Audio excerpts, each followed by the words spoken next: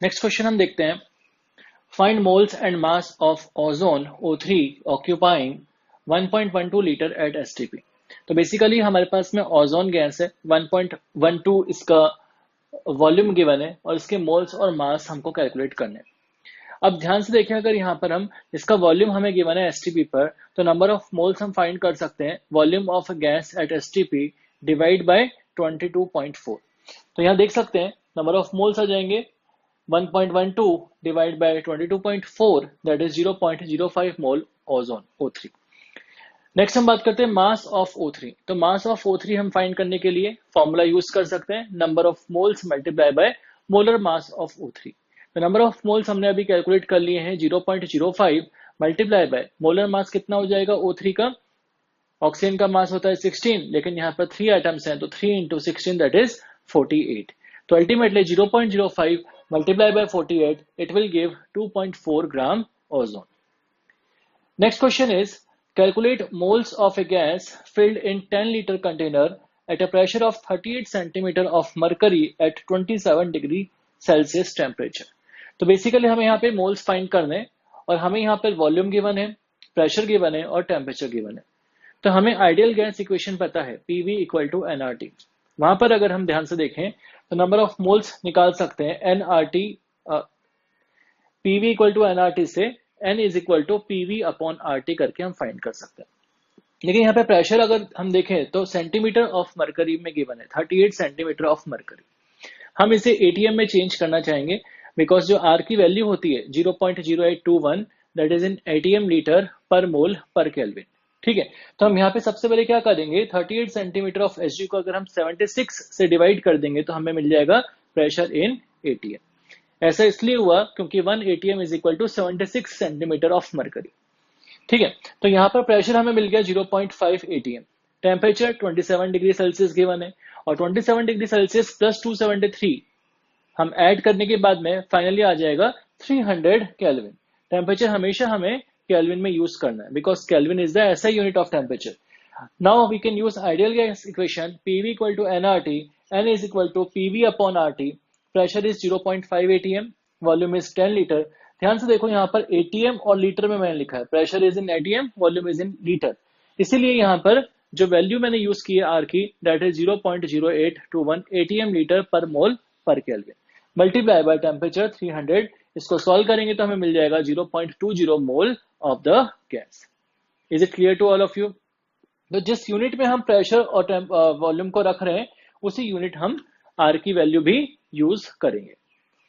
Alright, next question is, calculate number of molecules in 140 gram of nitrogen gas. अब nitrogen gas का 140 ग्राम हमें given है, हमें molecules निकालना है। तो मॉलिक्यूल्स और मास में कोई डायरेक्ट रिलेशन नहीं होता है, that means number of particles और मास में कोई डायरेक्ट रिलेशन नहीं होता है। हमें पहले मोल्स फाइंड करने पड़ेंगे। तो मोल्स ऑफ नाइट्रोजन आ जाएगा मास अपॉन मोलर मास फॉर्मूले से। N2 का मोलर मास होता है 14 into 2, that is 28 gram per mole. Mass given है 140, तो 140 divide by 28, it will give us 5 mole N2 gas. Now number of molecules we can calculate by number of moles into Na। तो number of moles है 5 into Avogadro number है 5, Na will be the total number of molecules। और Na की value अगर हम put कर दें 6.022 into 10⁻23, तो अल्टीमेटली हमें मिल जाएगा 30.11 into 10⁻23। These many molecules of nitrogen are present in 140 gram of nitrogen। Is it clear? ठीक है, नेक्स्ट एक क्वेश्चन यहाँ पे है, 0.05 mole of B2A3 weight 9 gram and 0.1 mole of B2A weight 10 gram. Find atomic weight of A and B. Basically, A and B are two atoms. They combine and they form two compounds. One of them is B2A3 and other is B2A. और कुछ data हमें given है, तो हमें atomic masses A and B के find करने। Let us से अगर हम बात करें molar mass of A and B, हमने मान लिया A है एंड B है। मोलर मास की यूनिट क्या होगी? ग्राम पर मोल। तो A का मोलर मास हो जाएगा स्मॉल a ग्राम पर मोल और B का मोलर मास हो जाएगा स्मॉल b ग्राम पर मोल। ठीक है, अगर मैं पूछूं A का एटॉमिक मास क्या होगा, तो हम बोलेंगे स्मॉल a AMU।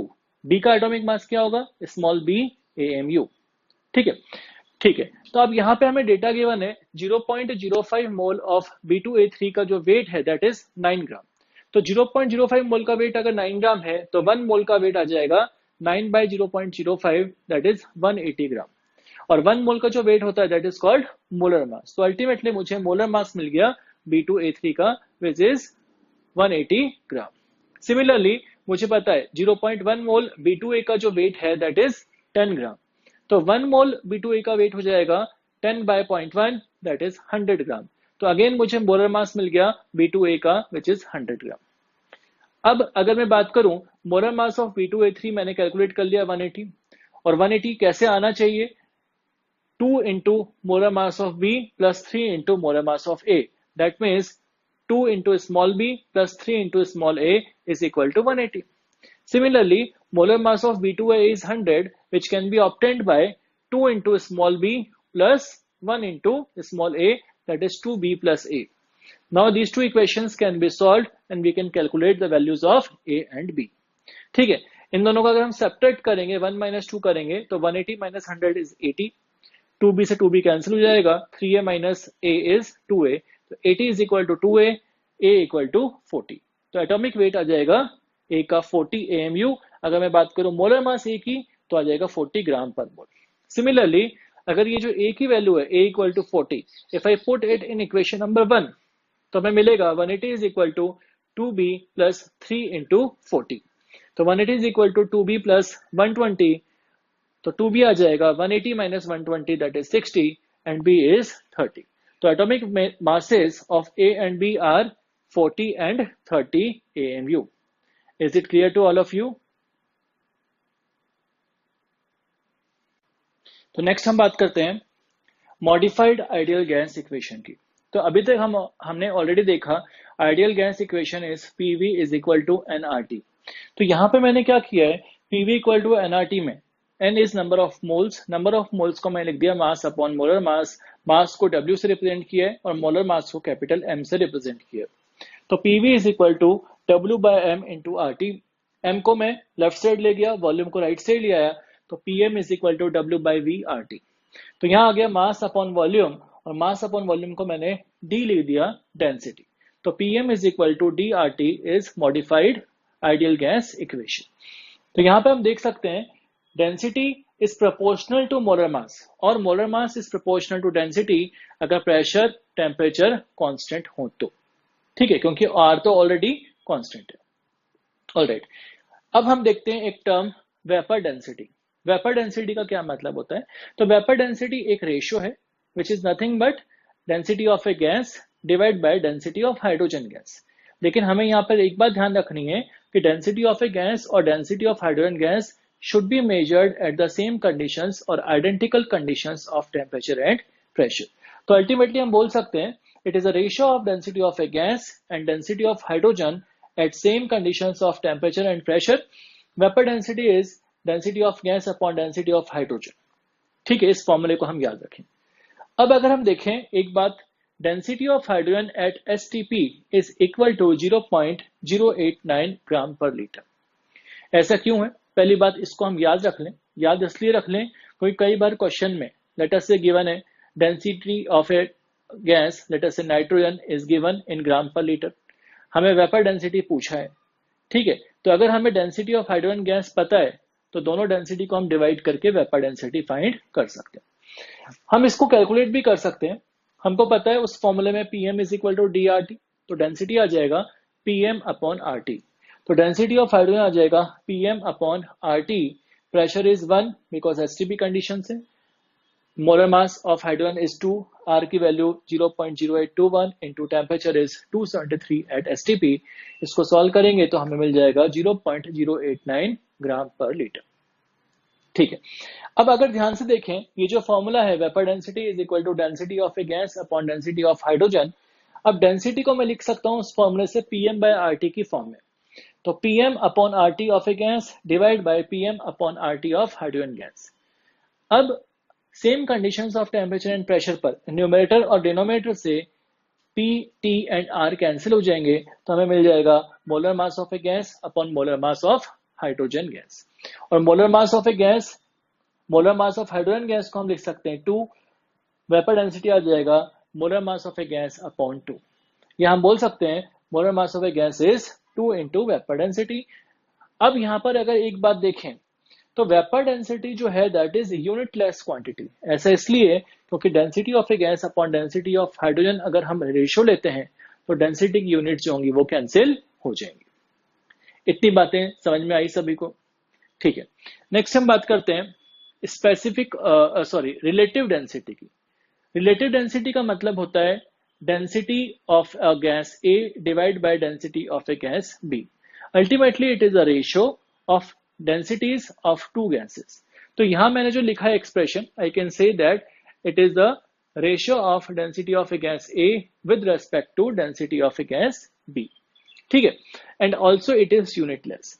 अगर गैस बी यहां पर हाइड्रोजन हो जाएगा तो relative density will become vapour density. ठीक है, कहने का मतलब vapour density is also a relative density. Next is specific gravity. तो स्पेसिफिक ग्रेविटी जो टर्म है that is used in exchange of density, basically it is a ratio of density of a substance divide by density of water at 4 degree Celsius. Water का जो density होता है वो होता है 1 ग्राम पर ml या 1 किलोग्राम पर लीटर। ठीक है, लेकिन ये स्पेसिफिक ग्रेविटी यूनिटलेस क्वांटिटी है। समझ में आई इतनी बात सभी को? ठीक है, इसके बाद में अगर हम बात करते हैं क्वेश्चन की, find the volume of 5 mole of CO2 gas at 300 kelvin and 2 atm pressure. तो हमें यहाँ पे CO2 के मोल्स फाइंड करने हैं, हमें यहाँ पे वॉल्यूम फाइंड करना है, हमें यहाँ पे मोल्स ऑफ CO2 गिवन है, टेम्परेचर गिवन है एंड प्रेशर गिवन है। तो हम आइडियल गैस इक्वेशन यूज कर सकते हैं, PV इक्वल टू nRT। तो वॉल्यूम आ जाएगा nRT upon P, n is 5, R is 0.0821, temperature is 300 divide by 2 atm pressure, तो हमें मिल जाएगा 61.6 litre. Is it clear to all of you? तो इस तरह से हम वॉल्यूम कैलकुलेट कर सकते हैं। नेक्स्ट क्वेश्चन देखते हैं, calculate number of protons Np in 200 gram of calcium carbonate. तो कैल्शियम कार्बोनेट में हमें नंबर ऑफ प्रोटॉन्स फाइंड करने हैं, उसका मास गिवन है 200 ग्राम कैल्शियम कार्बोनेट।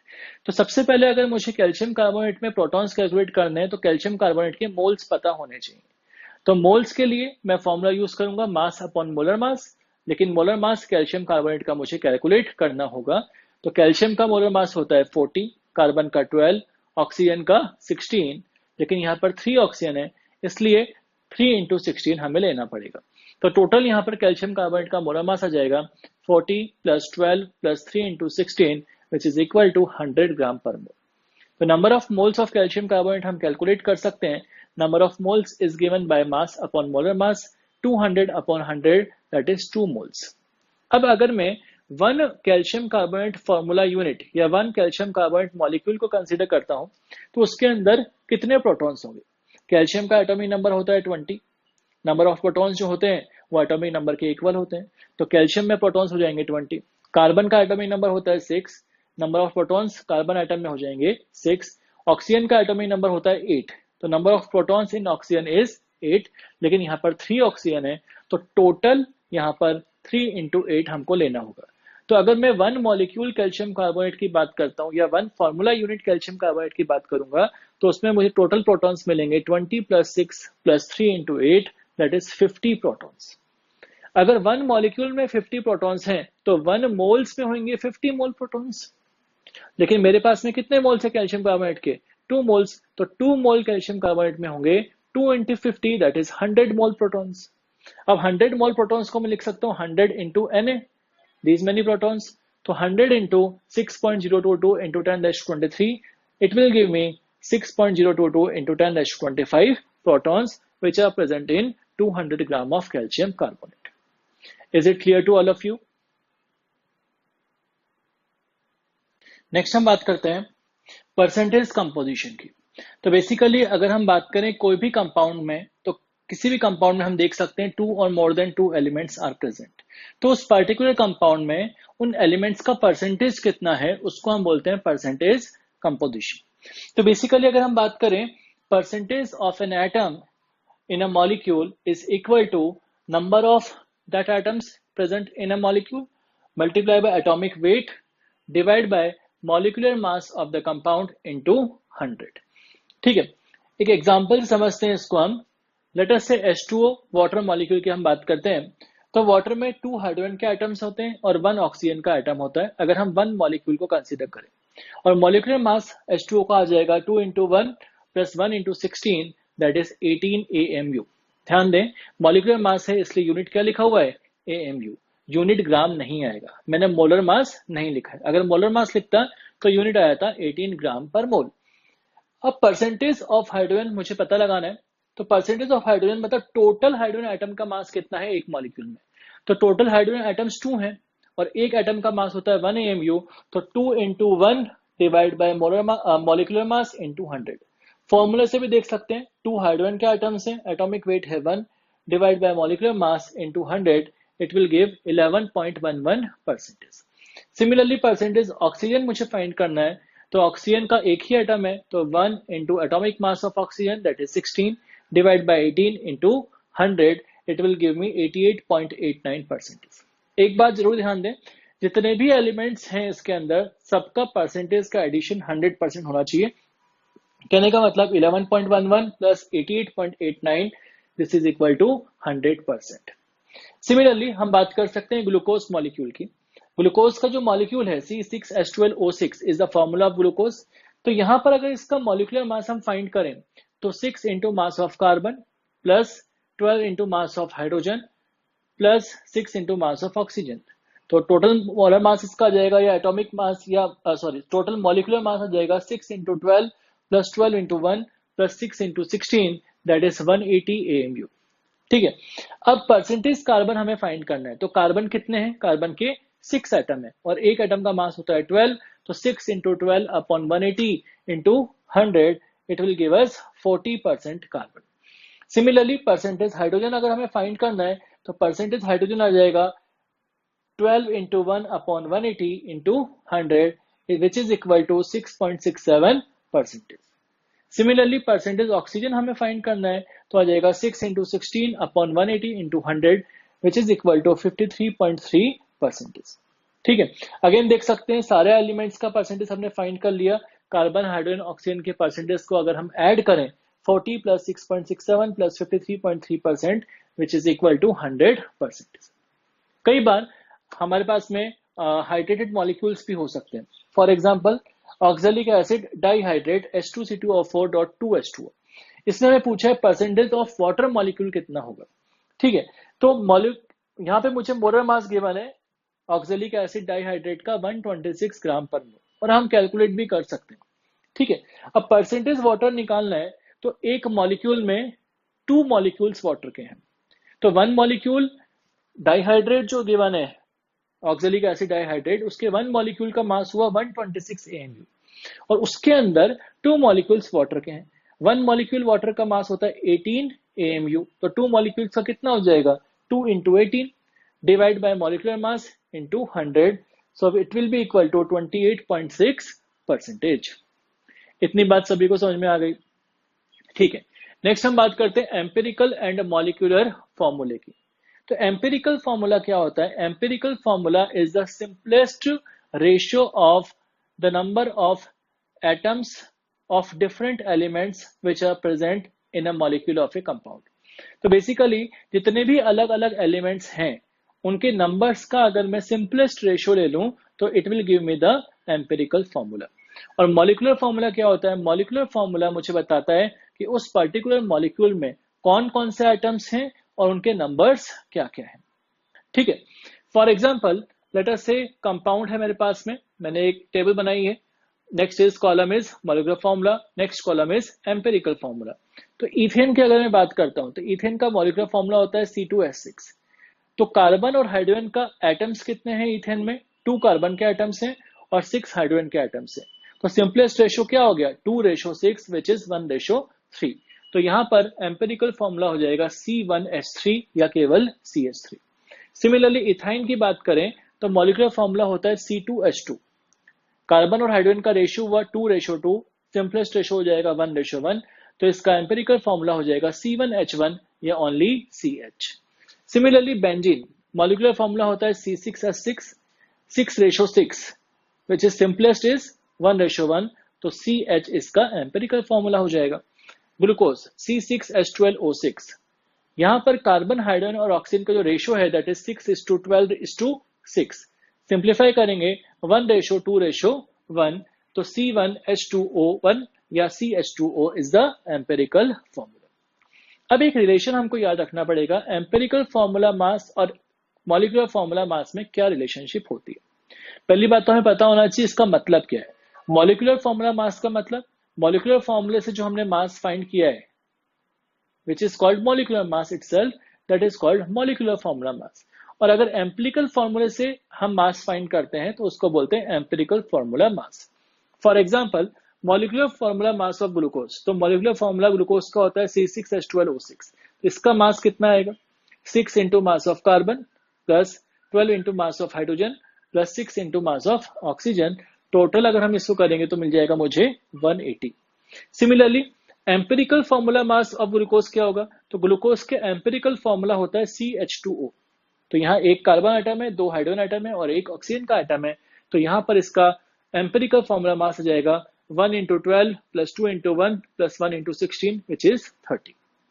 अब एक बात समझें, मॉलिक्यूलर फॉर्मूला मास और एम्पिरिकल फॉर्मूला मास में एम्पिरिकल फॉर्मूला मास छोटा या मॉलिक्यूलर फॉर्मूला मास के बराबर हो सकता है। अगर सिंपलेस्ट रेशियो वही आ रहा है जो मॉलिक्यूलर फॉर्मूला के अंदर एलिमेंट्स का रेशियो है, तो एम्पिरिकल फॉर्मूला और मॉलिक्यूलर फॉर्मूला सेम भी हो सकता है। तो यहां पर अगर मैं बात करूं n की, n एक इंटीजर होगा, इसको मैंने कैलकुलेट किया है मॉलिक्यूलर फॉर्मूला मास से एम्पिरिकल फॉर्मूला मास को डिवाइड कर दी, ठीक है, दैट इज 180/30। तो यहाँ n की वैल्यू आ गई 6, ठीक है।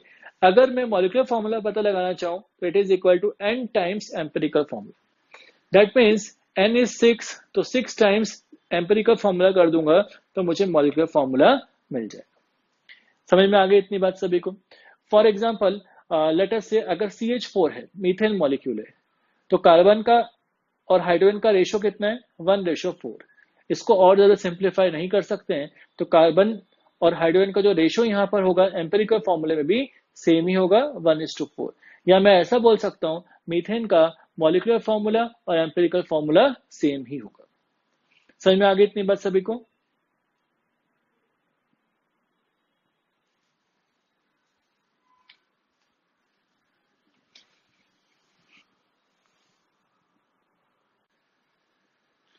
ठीक है बच्चों, तो अभी तक हमने बात करी थी परसेंटेज कंपोजिशन की, उसी में आगे बढ़ते हैं, ठीक है। तो एक क्वेश्चन यहाँ पे देखते हैं, हम लोगों ने एम्पिरिकल फॉर्मूला और मॉलिक्यूलर फॉर्मूला भी सीखा, उसको क्वेश्चंस हम कैसे सॉल्व करेंगे इसकी बात करते हैं। An organic compound has following composition: percentage carbon is 52.2%, percentage oxygen is 34.8, and percentage hydrogen is 13%. Then find molecular formula if the molecular mass of the compound is 92. Is it clear to all of you? तो सबसे पहले हम यहाँ पर एक general process follow करेंगे। उस process में क्या होता है, बेसिकली हम ये मान दें कि एलिमेंट्स जो है वो कार्बन, हाइड्रोजन और ऑक्सीजन है, ये दिया भी हुआ है, और नेक्स्ट कॉलम में हमने उसका परसेंटेज लिख दिया है 52.2%, 13% हाइड्रोजन एंड 34.8% ऑक्सीजन। इसके बाद में हमने क्या किया, उनके एटॉमिक वेट्स का कॉलम बनाया, कार्बन का एटॉमिक वेट 12, हाइड्रोजन का 1 एंड ऑक्सीजन का 16। अब जो नेक्स्ट कॉलम है that is percentage divide by atomic wait. Basically ये जो परसेंटेज है ये मास का परसेंटेज है, तो हम इसको बोल सकते हैं मास अपॉन मोलर मास की तरह ही हम ये नंबर ऑफ मोल्स कैलकुलेट कर रहे हैं, ऐसा हम बोल सकते हैं। तो percentage upon atomic weight is given by 52.2 divide by molar mass 12 which is 4.4, 13 divide by 1 13, 34.8 divide by 16 is 2.2। अब ये जो percentage divide by atomic weights आए हैं ये सिंपल रेशो नहीं है, इंटीजरल रेशो नहीं है, तो हम क्या करेंगे, इनमें जो सबसे छोटा है उससे तीनों को डिवाइड कर देंगे, तो हमें एक रेशो मिलेगा जिसको हम बोल सकते हैं, हम सिंपल रेशो फाइंड करने की कोशिश कर रहे हैं, तो 4.4 divide by 2.2 is 2, 13 divide bye 2.2 is 5.9, 2.2 divide by 2.2 is 1। तो देख सकते हैं यहाँ पर 2, 5.9 एंड 1, ऑलमोस्ट इसको हम 6 ले सकते हैं, तो जो होल नंबर रेशियो मिला है दैट इज 2:6:1। तो होल नंबर रेशियो का मतलब क्या है, होल नंबर रेशियो किस चीज का मिला है, ये हमें नंबर ऑफ एटम्स का मिला है या मोल्स का मिला है, और इसी सिंपलेस्ट होल नंबर रेशियो के अकॉर्डिंग अगर हम फॉर्मूला लिखते हैं तो उसको हम बोलते हैं एम्पिरिकल फॉर्मूला। तो एम्पिरिकल फॉर्मूला हो जाएगा C2H6O1, जो मैंने वहां पे लिख भी दिया है। अब हमें एम्पिरिकल फॉर्मूला मास निकालना है, तो कार्बन का मास 12 होता है, तो 2 इंटू 12 प्लस हाइड्रोजन का 1 होता है, लेकिन 6 हाइड्रोजन है तो 6 into 1 plus 1 into 16 which is equal to 46। तो एम्पेरिकल फॉर्मूला मास मुझे 46 मिल गया। मॉलिक्यूलर फॉर्मूला मास 92 मुझे ऑलरेडी गिवन है, तो n की वैल्यू आ जाएगी molecular formula mass divide by empirical formula mass which is 92 divide by 46, तो n की वैल्यू आ जाएगी 2। अब मैं मॉलिक्यूलर फॉर्मूला फाइंड कर सकता हूं। Molecular formula is equal to n into empirical formula, तो n पता है मुझे 2 है, एम्पेरिकल फॉर्मूला मैंने फाइंड कर लिया C2H6O, तो यहां पे मुझे मॉलिक्यूलर फॉर्मूला मिल जाएगा C4H12O2। Is it clear to all of you? ठीक है, अब जो नेक्स्ट क्वेश्चन है, नेक्स्ट क्वेश्चन में क्या है, a compound of nitrogen and oxygen was found to have 7:16 by mass of nitrogen and oxygen. If vapor density is 46, find molecular formula. तो basically हमें यहाँ पर रेशियो गिवन है नाइट्रोजन एंड ऑक्सीजन का, मास का रेशियो गिवन है that is 7:16, और हमें यहाँ पर इसका वेपर डेंसिटी भी 46 गिवन है, हमें मॉलिक्यूलर फॉर्मूला फाइंड करना है। अब एक तरीका तो ये है, अगर हमें मासेस का रेशियो गिवन है तो हम परसेंटेज निकाल सकते हैं। परसेंटेज ऑफ नाइट्रोजन आ जाएगा 7/16 plus 7 into 100। Similarly percentage oxygen आ जाएगा 16 डिवाइड बाय 7 प्लस 16 इंटू 100। और अब हमें परसेंटेज पता लग गया, तो इसी मेथड को हम यूज करके एम्पेरिकल फॉर्मूला फाइंड कर सकते हैं और उसके बाद में हम आगे प्रोसीड कर सकते हैं। लेकिन मैंने यहाँ पे थोड़ा और सिंपल मेथड यूज किया है, मुझे ऑलरेडी पता है यहाँ पर इनका मासेस का रेशियो 7:16 है। सबसे पहले मैं बात कर रहा हूँ मॉलिक्यूलर फॉर्मूले की, तो मॉलिक्यूलर फॉर्मूला मास या मॉलिक्यूलर मास में फाइंड कर सकता हूँ 2 इंटू वेपर डेंसिटी से, 2 इंटू 46 दैट इज 92। अब नाइट्रोजन और ऑक्सीजन का मास रेशियो गिवन है 7:16, और मोल्स रेशियो में कैसे फाइंड करूंगा, मास रेशियो को मोलर मास से डिवाइड करके। तो नाइट्रोजन का मोलर मास होता है 14, ऑक्सीजन का होता है 16, तो मोल रेशियो आ जाएगा 7/14 रेशियो 16/16 0.5 रेशियो 1। या अगर मैं होल नंबर सिंपलेस्ट रेशियो की बात करूं तो ये हो जाएगा 1:2। इसको 2 से मल्टीप्लाई कर सकते हैं 0.5 रेशियो 1 को, तो 1:2 हो जाएगा। और यही जो सिंपल रेशियो होता है दैट रिप्रेजेंट एम्पेरिकल फॉर्मूला, तो एम्पेरिकल फॉर्मूला हो जाएगा N1O2 या NO2। अब एम्पेरिकल फॉर्मूला मास में फाइंड कर सकता हूं which is equal to corresponding to NO2, nitrogen का मास है 14 एंड 2 इंटू 16 टोटल आ जाएगा 46। मॉलिक्यूलर फॉर्मूला मास कितना हो जाएगा, हमने ऑलरेडी फाइंड कर लिया है 92 है, तो n की वैल्यू आ जाएगी molecular formula mass upon empirical formula mass 92/46 which is 2।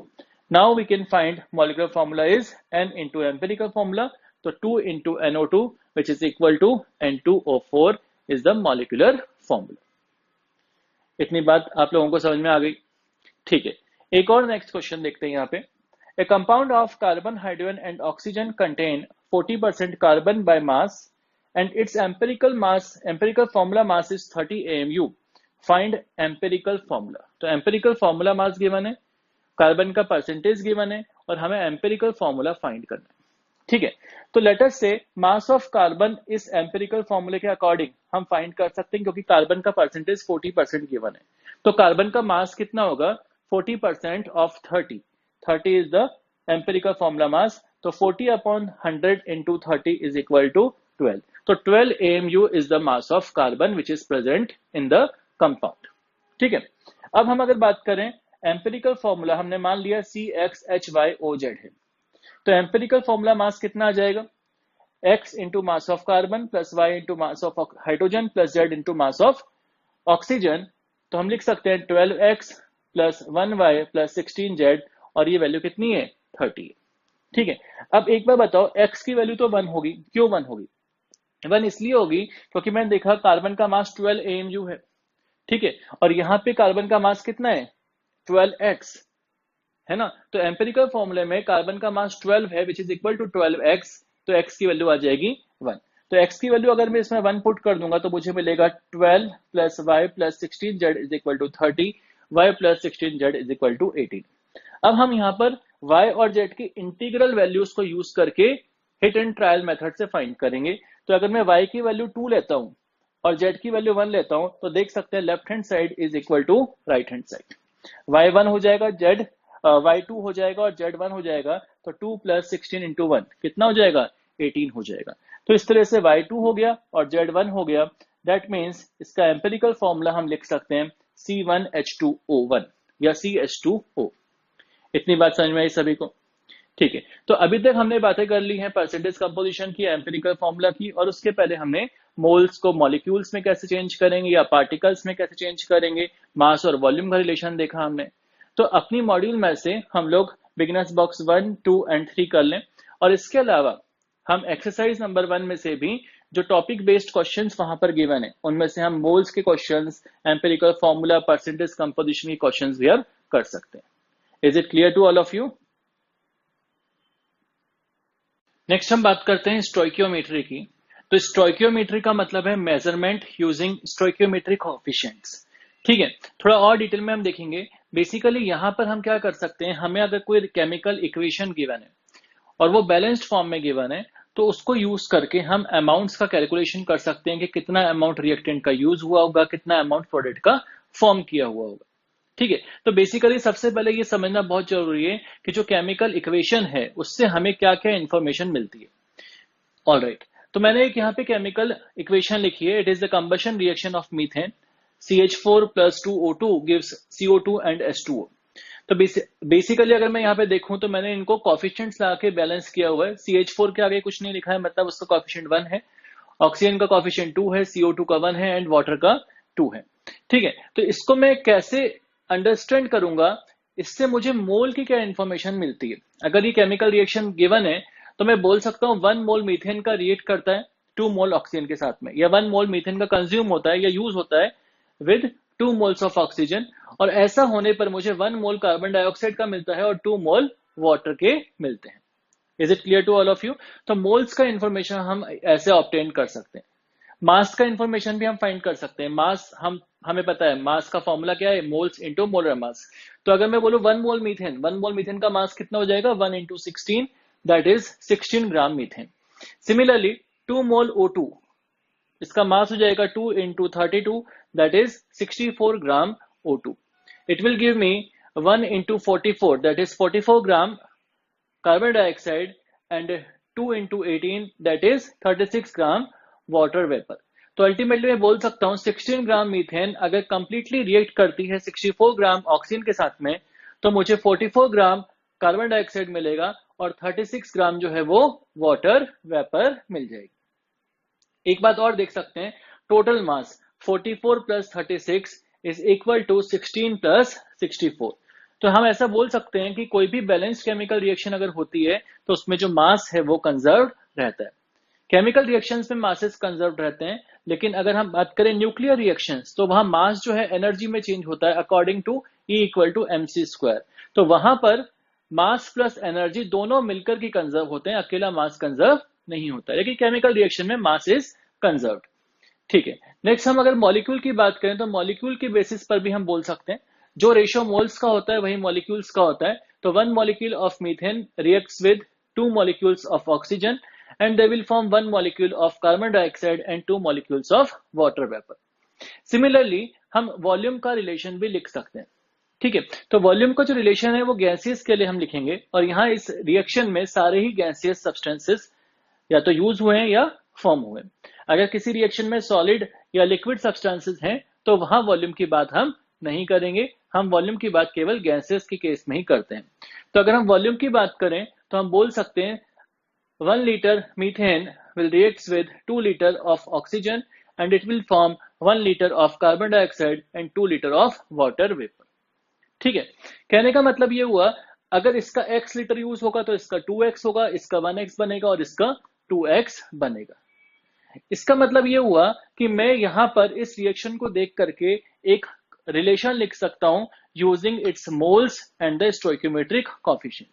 तो कोई भी रिएक्शन अगर हमें गिवन हो तो हम इस टाइप का रिलेशन लिख सकते हैं, moles of CH4 used divide by coefficient of CH4, stoichiometric coefficient कुछ नहीं लिखा है मतलब 1, तो दिस डिवाइड बाय 1। O2 का स्टोइकियोमेट्रिक कोएफिशिएंट 2 है, तो moles of O2 used upon 2। CO2 का स्टोइकियोमेट्रिक कोएफिशिएंट भी 1 है, तो moles of CO2 formed upon 1, और H2O का स्टोइकियोमेट्रिक कोएफिशिएंट 2 है, तो moles of H2O formed upon 2। एक बात ध्यान रखें, रिएक्टेंट्स साइड में मोल्स रिएक्ट करेंगे या यूज होंगे या कंज्यूम होंगे, और प्रोडक्ट साइड में जो मोल्स हैं वो फॉर्म होंगे या प्रोड्यूस होंगे, इसलिए मोल्स ऑफ दीज फॉर्म्ड मैंने लिखा है, वहां यूज्ड लिखा है। और ये जो रेशियो होता है ये कांस्टेंट होता है। तो ये बात हमको लिखना आना चाहिए, बिकॉज अगर हम मोल्स का कैलकुलेशन कर लें तो हम मास फाइंड कर सकते हैं, मोल्स को मास में चेंज कर सकते हैं, या हम मोल्स को वॉल्यूम में चेंज भी कर सकते हैं, एसटीबी पर हमको पता है। ठीक है, अब एक क्वेश्चन देखते हैं हम यहाँ पे। 367.5 gram of KClO3 molar mass is given 122.5 when heated. A is how many gram of O2 is formed, B is how many liter of O2 is produced at STB। तो सबसे पहले अगर हम यहाँ पे देखें, रिएक्शन है 2KClO3, डेल्टा का साइन अगर एरो पे लगाते हैं it means heating, and it will form 2KCl and 3O2। ठीक है, तो मैं यहाँ पे देख सकता हूँ, सबसे पहले मोल्स ऑफ KClO3 में फाइंड कर सकता हूँ। Moles of KClO3 is given by mass upon molar मास फॉर्मूले से 367.5 divide by 122.5, which means it is equal to 3 mole KClO3 is used in the chemical reaction। अब मुझे क्या पूछा है, O2 के बारे में पूछा है, KCl के बारे में नहीं पूछा है। तो मैं रिलेशन में केवल ऐसे लिख सकता हूँ, moles of KClO3 used upon 2 equal to moles of KCl used upon 2, but इसकी रिक्वायरमेंट नहीं है, which is further equal to moles of O2 formed upon 3। ठीक है, moles of KCl formed upon 2 equal to moles of O2 formed upon 3। लेकिन मैंने इन दोनों का ही relation लिखा है क्योंकि मुझे KCl के बारे में कुछ नहीं पूछा है, तो इसलिए लिखने की रिक्वायरमेंट भी नहीं है। तो moles of KClO3 used upon 2 is equal to moles of O2 formed upon 3। अब ये मुझे ऑलरेडी गिवन है, मैंने फाइंड कर लिया है 3 मोल। तो देख सकते हैं मोल्स ऑफ O2 फॉर्म्ड आ जाएगा 3/2 into moles of KClO3 used. ठीक है, अब यहाँ पे देख सकते हैं moles of O2 formed is 3/2 into 3, that is 45 mole oxygen will be formed। लेकिन मुझे क्वेश्चन में क्या पूछा है, मास इन ग्राम ऑफ ऑक्सीजन। तो मास इन ग्राम is equal to moles into molar mass 4.5 into 32, that means 144 gram oxygen will be formed। Next is B part is volume of O2 formed। तो volume of O2 कैसे निकालेंगे, moles into 22.4 at STP। तो 4.5 moles बने हैं, into 22.4 कर देंगे तो 100.8 litre O2 will be formed at STP। Is it clear to all of you? ठीक है, नेक्स्ट हम बात करते हैं question 4Fe plus 3O2 gives 2Fe2O3। Basically iron जो है, आयरन वायर हम बोल सकते हैं, that is burning in presence of oxygen, और हमें Fe2O3 मिल रहा है। How many moles of O2 are needed to form 5 mole of Fe2O3। तो बेसिकली यहाँ पे मोल्स की ही कैलकुलेशन पूछी गई है कि कितना मोल्स ऑक्सीजन यूज होगा सो दैट 5 मोल Fe2O3 बन जाए। तो हम लिख सकते हैं moles of O2 used upon 3, इसके बारे में कोई बात नहीं की है तो मुझे इसका रेशियो लिखने की रिक्वायरमेंट नहीं है। डायरेक्टली मैं लिख सकता हूँ moles of O2 formed upon moles of O2 used upon 3 is equal to moles of Fe2O3 formed upon 2। तो मोल्स ऑफ O2 यूज्ड आ जाएगा, ये उधर जाएगा तो 3/2 into moles of Fe2O3 formed, which is equal to 3/2 into 5, that is equal to 7.5 moles is required। ठीक है, all right। Similarly, next question हम देख सकते हैं 3NO2 plus H2O gives 2HNO3 plus NO। Ostwald process के according nitric acid का formation हो रहा है। How many gram of NO2 are required to form 6.3 gram of HNO3। और मोलर मास हमें गिवन है NO2 का 46 एंड HNO3 का मोलर मास गिवन है 63। ठीक है, तो बेसिकली हमें यहाँ पे पूछा है कि कितना ग्राम NO2 is required so that HNO3 का 6.3 ग्राम बन जाए। अब हमें पता है, हम कांस्टेंट जो है ये रेशियो ये मोल्स की टर्म में होता है, तो हमें पहले मोल्स पता होने चाहिए। तो मोल्स हम यहाँ पे किसके फाइंड कर सकते हैं, HNO3 के पहले मोल्स फाइंड करेंगे। तो moles of HNO3 formed is equal to mass upon molar mass 6.3 upon 66 which is equal to 0.1 mole. ठीक है, तो अब मैं रिलेशन यूज कर सकता हूं, moles of NO2 used upon 3 is equal to moles of HNO3 formed upon 2। तो यहां देख सकते हैं moles of NO2 used upon 3 equal to moles of HNO3 formed आ गया 0.1 अपॉन 2, तो मोल्स ऑफ NO2 यूज आ जाएगा 0.15 मोल। लेकिन मुझे मास पूछा है, तो मास ऑफ NO2 यूज हो जाएगा moles into molar mass which is equal to 0.15 into 46 which is equal to 6.9 gram. तो इस तरह से हम मोल्स और मास और वॉल्यूम का कैलकुलेशन यूजिंग स्टोकियोमेट्री इजीली कर सकते हैं। Is it clear to all of you? तो नेक्स्ट क्वेश्चन यहां पे देखते हैं हम Calculate the weight of residue formed when 5.6 liter of CO2 is formed at STP on heating calcium carbonate. तो बेसिकली कैल्शियम कार्बोनेट को हम हीट करते हैं तो हमें कैल्शियम ऑक्साइड मिलता है विच इज सॉलिड, जो रेसिड्यू की फॉर्म में बचा रह जाता है, और साथ में CO2 गैस मिलती है। तो 5.6 लीटर CO2 गैस अगर मिल रही है तो CaO का रेसिड्यू कितना बचा रह जाएगा वो हमको बताना है। रिएक्शन हमको पता है CaCO3 gives CaO and CO2। तो मैं यहाँ पे देख सकता हूँ मुझे 5.6 लीटर CO2 मिल रहा है, तो मैंने पहले उसको मोल्स में चेंज कर दिए। Number of moles of CO2 formed is equal to volume of CO2 formed at STP divide by 22.4। तो 5.6 को जब मैं 22.4 से डिवाइड करूंगा तो मुझे मिल जाएगा 0.25 मोल्स ऑफ CO2। ठीक है, इसके बाद में मैं स्टोइकियोमेट्रिक रेशियो को यूज करके moles of CaO formed upon इसका coefficient is equal to moles of CO2 formed upon CO2 का कॉफिशिएंट। तो अल्टीमेटली देख सकते हैं moles of CaO formed is equal to moles of CO2 formed is equal to 0.25। तो ultimately अगर moles of CaO formed is 0.25 तो weight of CaO formed हम निकाल सकते हैं moles of CaO formed into molar mass of CaO। तो 0.25 और CaO का मोलर मास होता है 56, Ca का 40, ऑक्सीजन का 16, 40 plus 16 is 56. So moles into molar mass, it will give 14 gram of CaO will be formed as a residue. Alright. Next हम बात करते हैं, एक और क्वेश्चन लेते हैं। When 1.25 gram of chalk sample is heated, 0.44 gram CO2 gas is produced. Determine the percent of pure calcium carbonate or percentage purity in the chalk sample.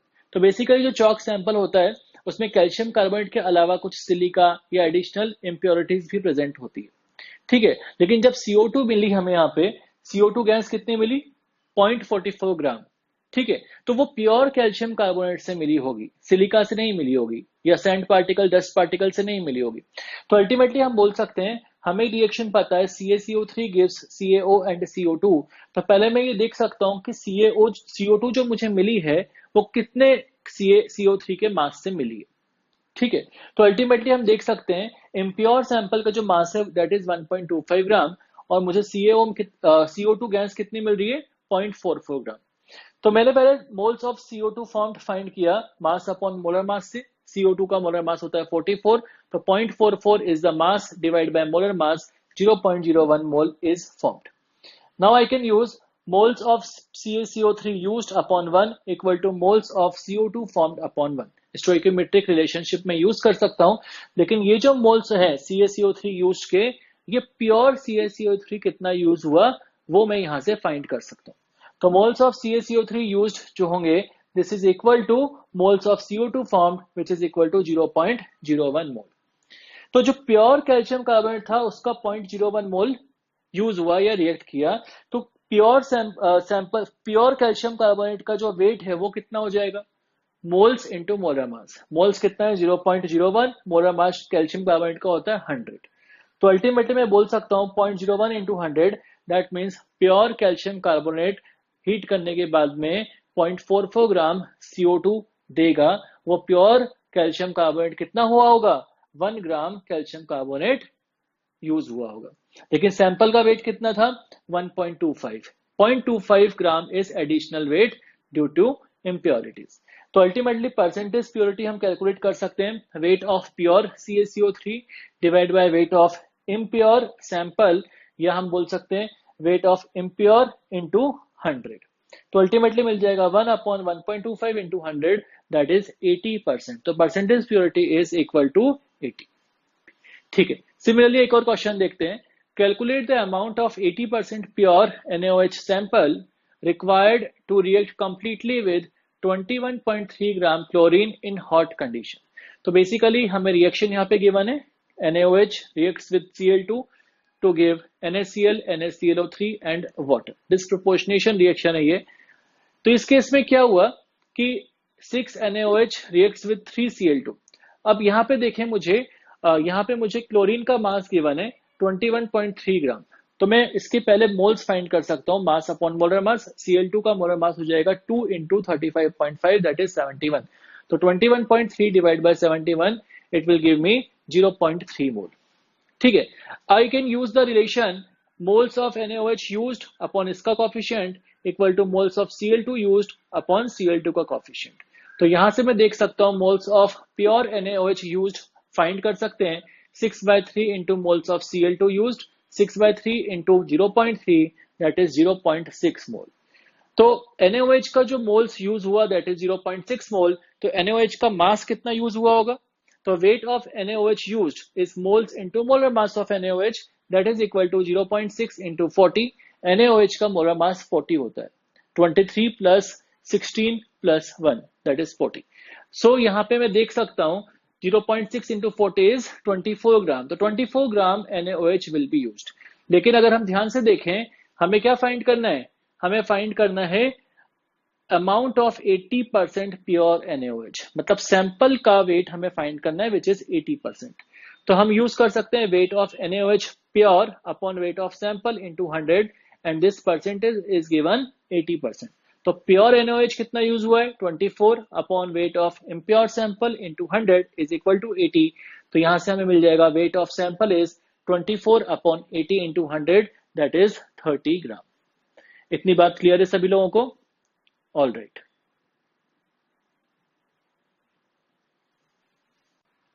तो next question हम यहां पे देखते हैं 44 gram sample of natural gas consisting of methane and ethene CH4 and C2H4 was reacted with excess of oxygen. It gave 132 gram CO2 and some water. Find moles of methane and ethene in the mixture। तो basically हमारे पास में methane और इथिन का mixture है, उसका mass given है 44 ग्राम। हमने उसको कंबस्ट किया और कंबस्ट करने के बाद में टोटल जो CO2 है उसका मास 132 ग्राम हमें मिल रहा है। तो हमें मोल्स बताने हैं मीथेन और इथिन के कितने होंगे। तो लेट अस से मीथेन के मोल्स हैं X मिक्सचर में और इथिन के मोल्स हैं Y। तो मीथेन की कंबशन रिएक्शन हमने लिख दी, CH4 plus 2O2 gives CO2 plus 2H2O।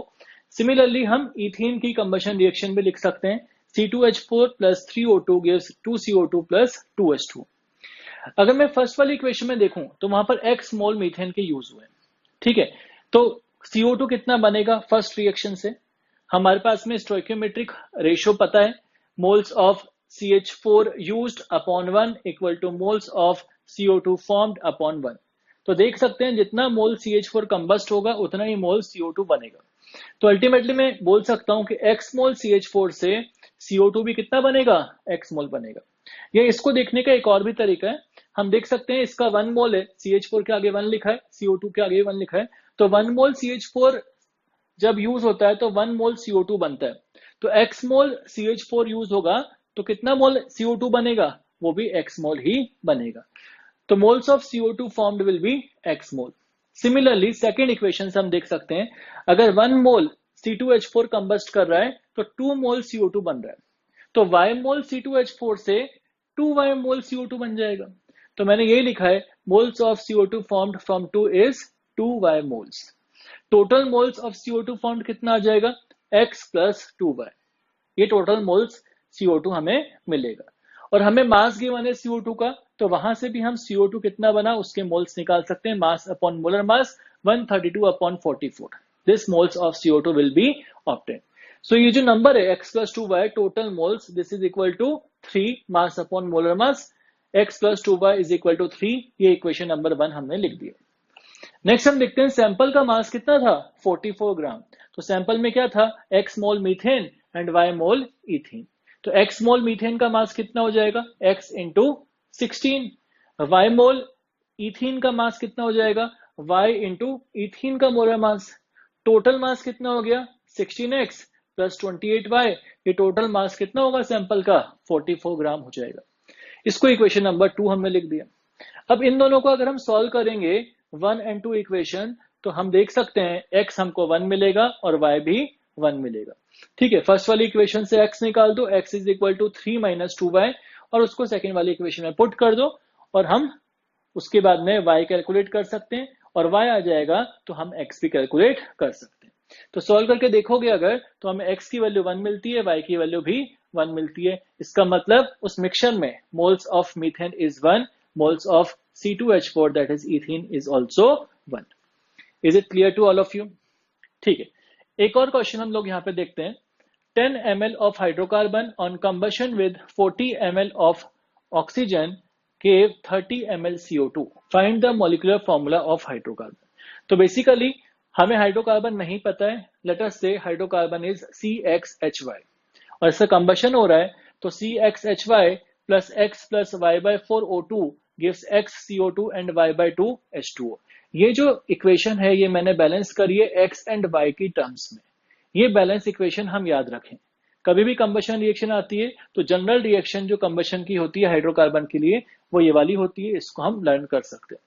तो 30 ml hydrocarbon is reacted with 40 ml oxygen and it gives 30 ml CO2 plus some water. ठीक है. अब ध्यान से देखें, जैसे हमने मोल्स के केस में लिखा था moles used upon stoichiometric coefficient is equal to moles formed upon stoichiometric coefficient, वैसा ही हम वॉल्यूम के लिए भी कर सकते हैं. ठीक है. तो वॉल्यूम ऑफ हाइड्रोकार्बन रिएक्टेड और यूज्ड अपॉन इसका coefficient 1 is equal to volume of O2 used upon oxygen का stoichiometric coefficient X plus Y by 4, which is also equal to volume of CO2 formed upon coefficient X. ठीक है. अब अगर ध्यान से देखें तो ये गिवन है 10, तो 10 upon 1, volume of O2 given है 40, 40 upon X plus Y by 4, volume of CO2 given है 30, 30 upon X हो जाएगा. अब मेरा यहाँ पर टारगेट ये है X एंड Y फाइंड करना, और X और Y आ जाएगा तो हाइड्रोकार्बन भी पता लग जाएगा. तो एक बार मैंने इन दोनों को इक्वेट कर दिया, that is 10 upon 1 is equal to 30 upon X, और एक बार इन दोनों को इक्वेट कर दिया. तो फर्स्ट वाले से मुझे मिल गया 10 by 1 equal to 30 by X, तो X मिल जाएगा 3. ठीक है. उसके बाद में सेकंड में इन दोनों को इक्वेट किया, 40 upon X plus Y by 4 is equal to 30 upon X, X की वैल्यू पुट कर दो 3, तो 40 upon 3 plus Y by 4 is equal to 30 upon 3. Right side में 30 upon 3 हो जाएगा 10, लेफ्ट साइड में आ जाएगा 40 upon 3 plus Y by 4. Cross multiply कर लेंगे तो 40 is equal to 10 into bracket में आ जाएगा 3 plus Y by 4. ये एक जीरो से जीरो कैंसिल हो जाएगा, तो 4 is equal to 3 plus Y by 4, तो 1 equal to Y by 4 और Y मिल जाएगा 4.